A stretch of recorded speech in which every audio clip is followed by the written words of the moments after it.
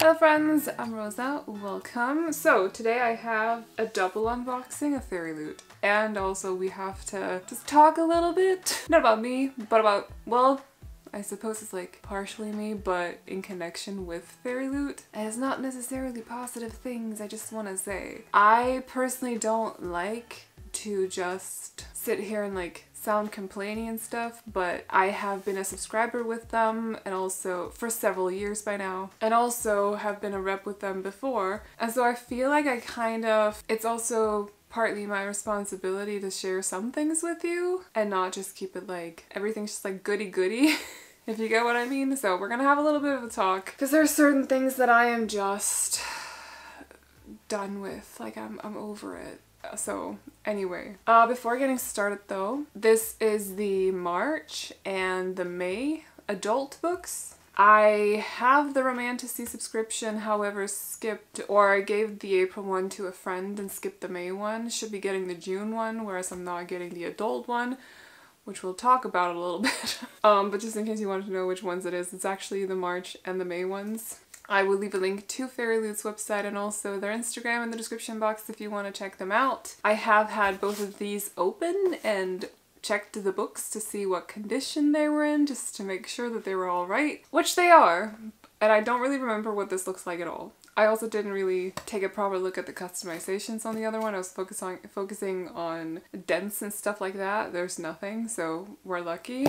But just so you guys know, full disclaimer, I've already seen the books. But I wanted to talk a little bit about FairyLoot before we open them. So where do I even start with this? This is gonna sound so annoying as well to some of you who just want to see the unboxing. But I really need to like tell you. So I've had shipping issues with FairyLoot since March. My March adult book was returned before put on a plane. Like, it was returned back to their warehouse. Got in contact with them, and then they sent what they call a replacement. But unfortunately, when it landed in Denmark, for reference by the way, if you know Denmark, I live in Aarhus, which is like center of Denmark. It's on mainland Denmark. It's not like in the center, but whatever. It's pretty central in Denmark.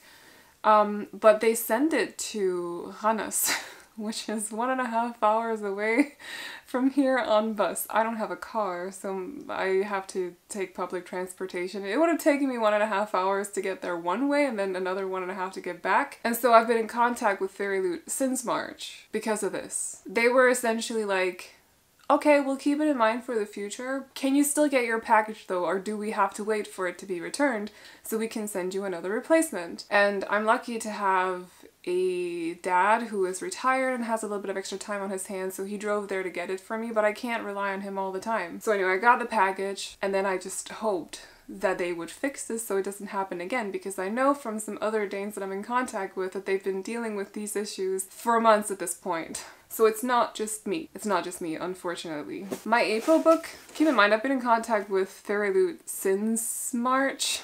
My April book has still not shown up, and we're in June now.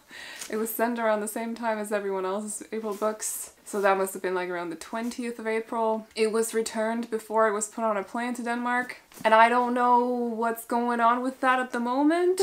Because they're not really confirming that they're sending a replacement. They're not offering a refund. I'm just kind of like, okay, well, I'll wait, I suppose. And then my May one. Again, keep in mind, I live in Aarhus, okay? My May book arrived in Copenhagen, which is 3.5 hours away by train, just one way, and then another 3.5 hours back. So I wrote FairyLoot about the April one, which was returned. And then I had to write them again about the May one. For reference, for British people, if you live in Glasgow, it's the equivalent of it arriving in Manchester. Or if you live in, what was it I figured out?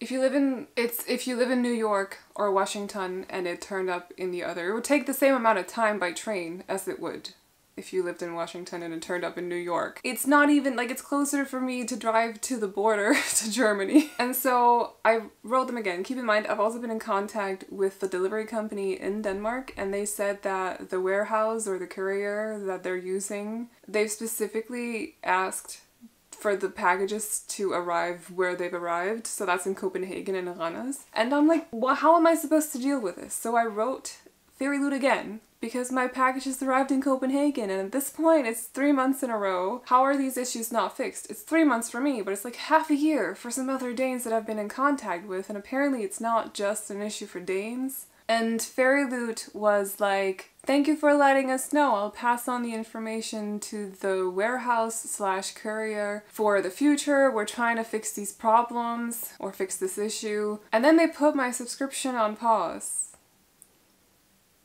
which I personally don't think they are allowed to do because that's not my wish. But it kind of sends a signal that either you tell us that you're okay with figuring out how to find, like paying extra for delivery or just bothering your friends and family about getting your packages from all over Denmark. You're okay with that and we'll unpause the subscription, or if it's too much for you, you'll cancel it because at this point they haven't fixed the issues. So that's kind of the vibe I'm getting at this point.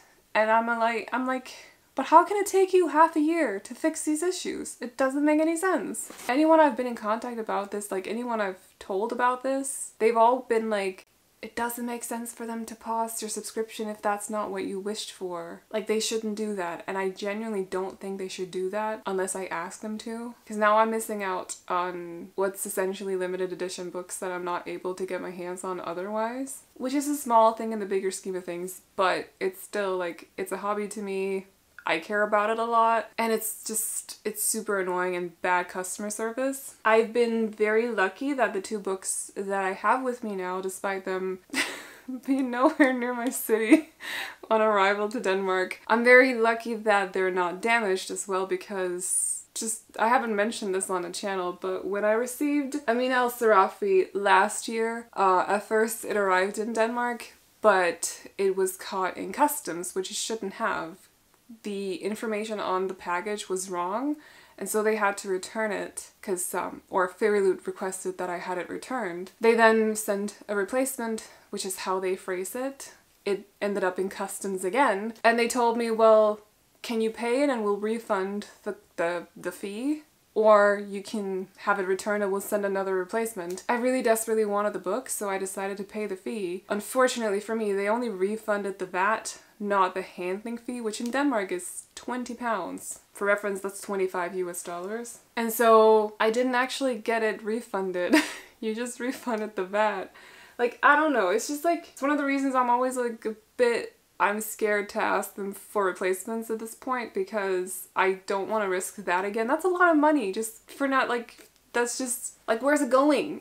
Especially when you already pay like £36 for these books. I don't want to pay an extra £20 to the delivery company, whatever, whoever's taking the money. Yes, I mean, it actually ended up costing me £56, which is a lot of money. But yeah, so it's just like these, like, but I don't understand this delivery issue. It should not be happening for this long.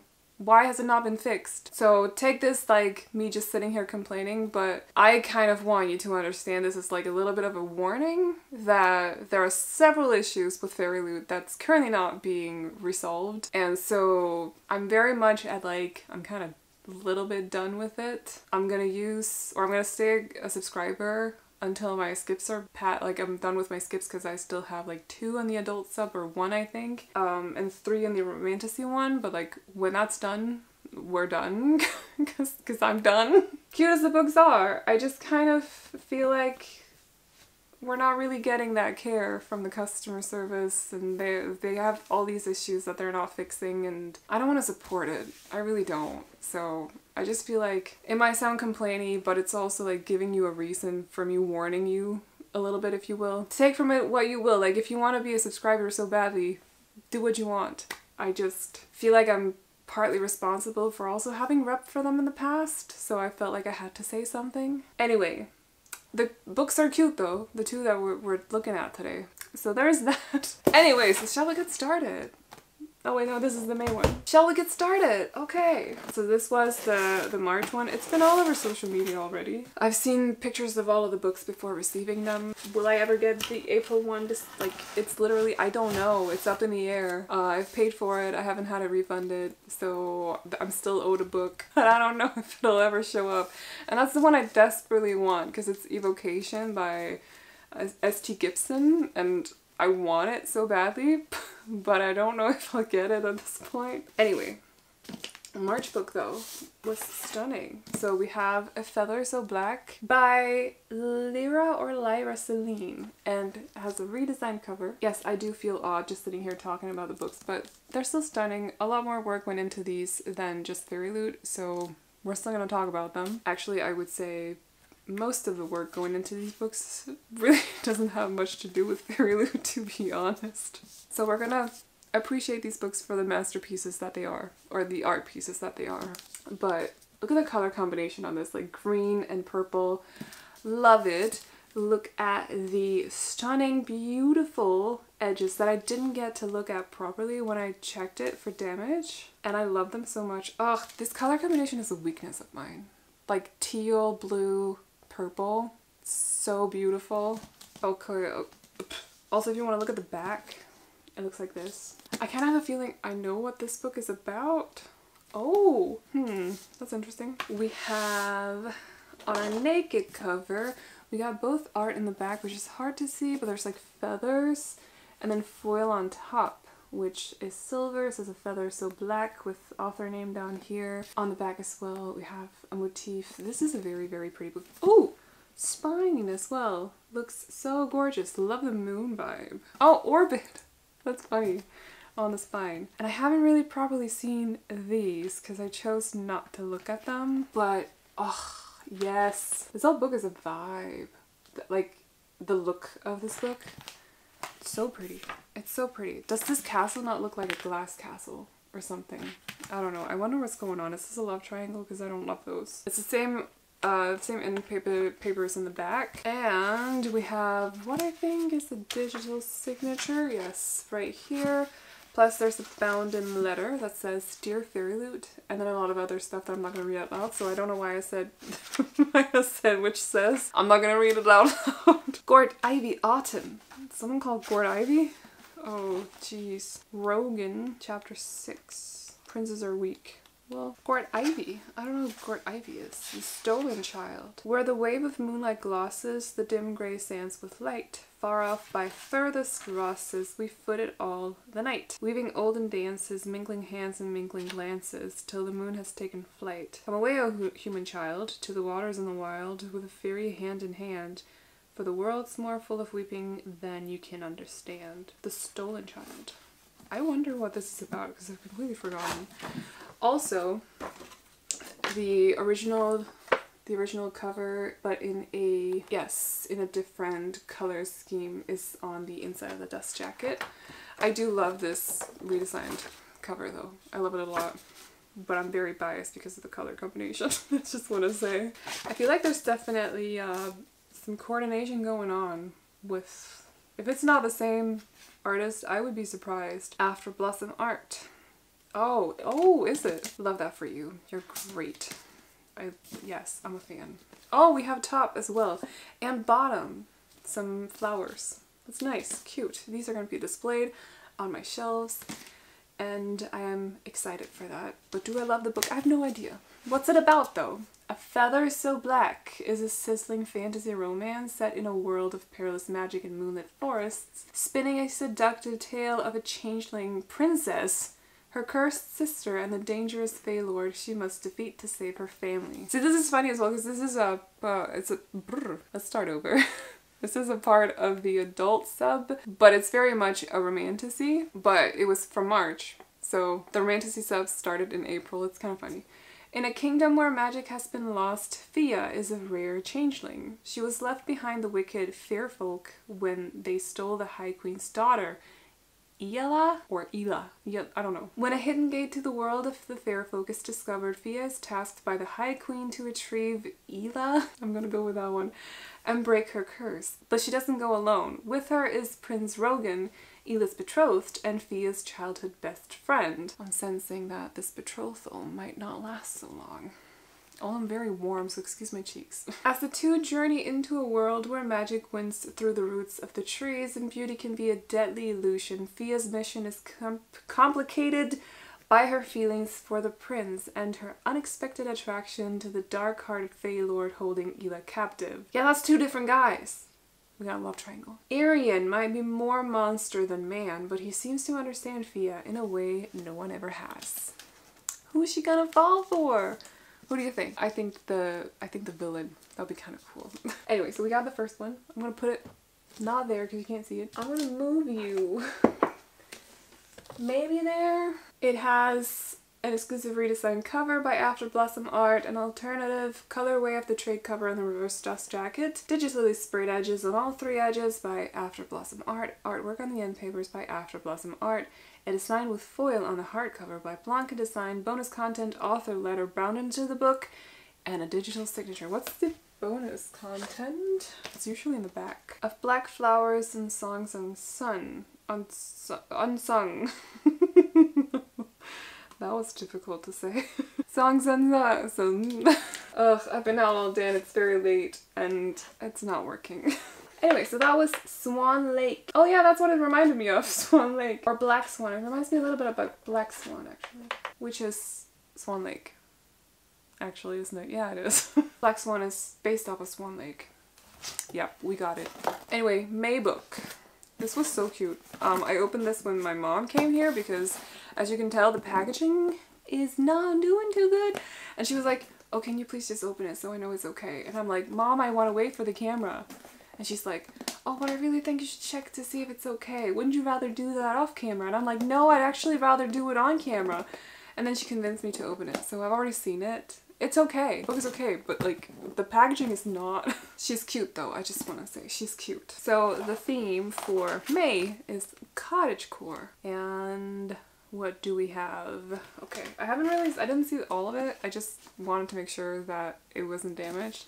I saw one of my friends receive theirs and essentially I'm going to show you on In the Lives of Puppets. So the back of her book was basically bent like this, so like this bit down and then the 2 others up like in a V. It was not looking good. I hope she gets a replacement and everything is fine with that, but I was scared when I saw the packaging. I was like, oh no, same as happened to mine. I just know. We're all good. Okay, so the May book is Honey Witch by Sydney J. Shields. It's very cute. I can't actually tell if this is a recolor. I feel like it looks a lot like the original one. I don't know. But also maybe it's just because it's yellow and like Honey Witch, I feel like it's a given that it should be yellow. I feel like the original should look like this. You know what I mean? Also, does this house not look like the one from The Holiday? Does it not? It looks like the one from The Holiday, right? You know which house I'm talking about. So we have bees. We have bees and honeycomb and I love it. It's so cute. They're a little bit blurry, but I think it's a part of the design. I'm choosing to believe it's a part of the design. So a few blurry bees, but they are cute.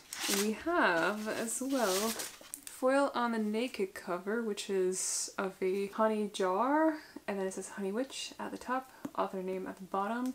Spine is pretty simple, looks like this. It's on a like, it's not an off-white, but more like a yellow, a very, very pale yellow. And let me tell you, when I opened this and my mom saw the foil, the end papers, she was like, oh, they're pretty. Because yes, they are. And they're foiled. The foiled end papers. So cute. They're so cute. So cute. Oh, and they're different in the back. Look. Ooh, it's a vibe. And foil. Lots of cute foil. Is this signed? No, not really. Well, kind of. There's a bound-in letter with a signature right there. If anything, they would probably call it a digital signature.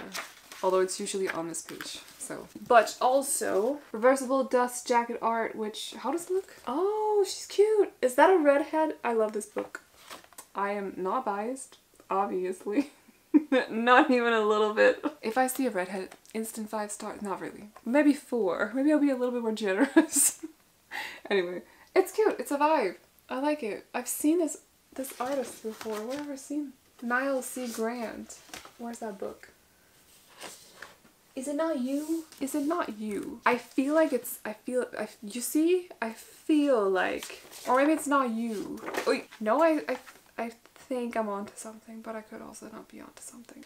I feel like I'm onto something. I know that Illumicrate has used Niall C. Grant several times though. It's just, I have so many special editions that I can't really remember. You know what's actually terrifying when you have special editions and you have nails. I'm so terrified of ruining edges by pressing my nail into them. Anyway, it's a vibe though. I might turn this around, I'm not gonna lie, because this cover looks a lot like the original. What does it say though? Actually, we should read the synopsis first. Marigold Claude, that's a cute name, Marigold, has always preferred the company of the spirits of the meadow to any of the suitors who've tried to woo her.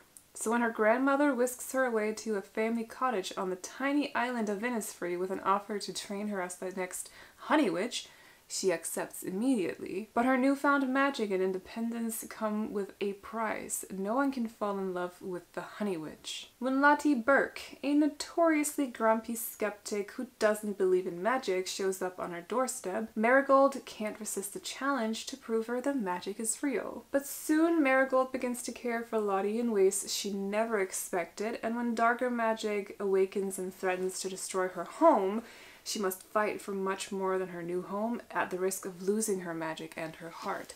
I hope she doesn't lose her magic because that's a trope I hate. But we'll see. What does it say though? The Honey Witch by Sydney J. Shields. A wonderfully heartwarming romance with a beautiful cottage witch setting.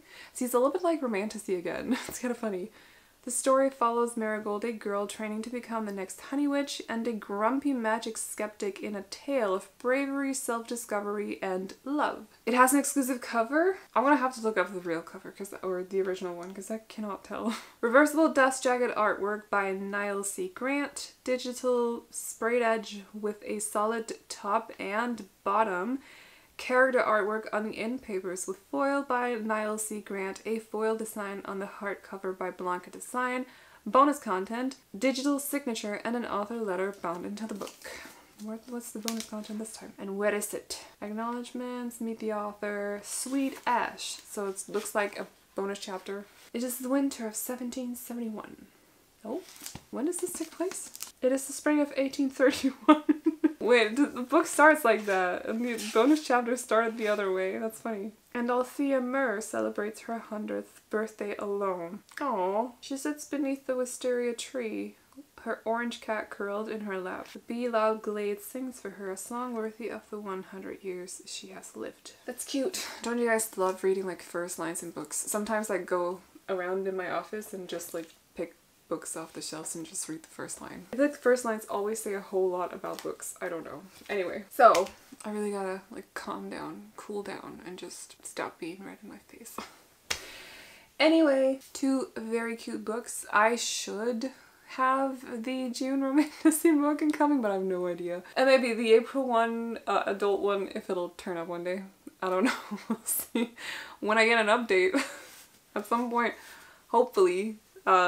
We'll see about it though. But I think I like the look of this one a little bit better than this one, but this is a vibe. I love the cottagecore vibe anyway. Let me know if you have read the books and what you thought of them. I don't want to apologize for the rant at the start of the video, but at the same time, I'm very apologetic.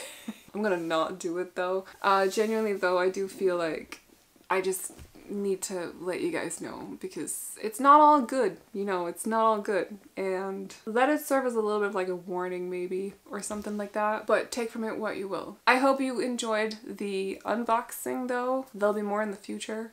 I think I have 2 Illumicrate boxes incoming this month because the main one was delayed, which they did inform us that it would be because there was a swap in what book was going in the box due to some book community drama. Valid drama, just want to say. But yes, so that has been delayed a little bit, but that means we got 2 boxes to open here in June, which is fun. I'm looking forward to it. So if you like unboxings, definitely stick around. There will be more, with fewer rants at the start of the videos as well. But let me know what you thought about the books if you have read them, and let me know which one you think is the prettier, because I'd love to hear you out on that. However, though, I'm gonna leave you to it now. I hope you all enjoyed the video. If you did, feel free to hit the thumbs up, and if you want to see more videos like this from me, but also all the other booktube stuff, definitely consider sticking around by clicking on the subscribe button. I'm really gonna go now though. I hope you enjoyed it, and I'll see you all in the next one. Bye bye! Oh, you know.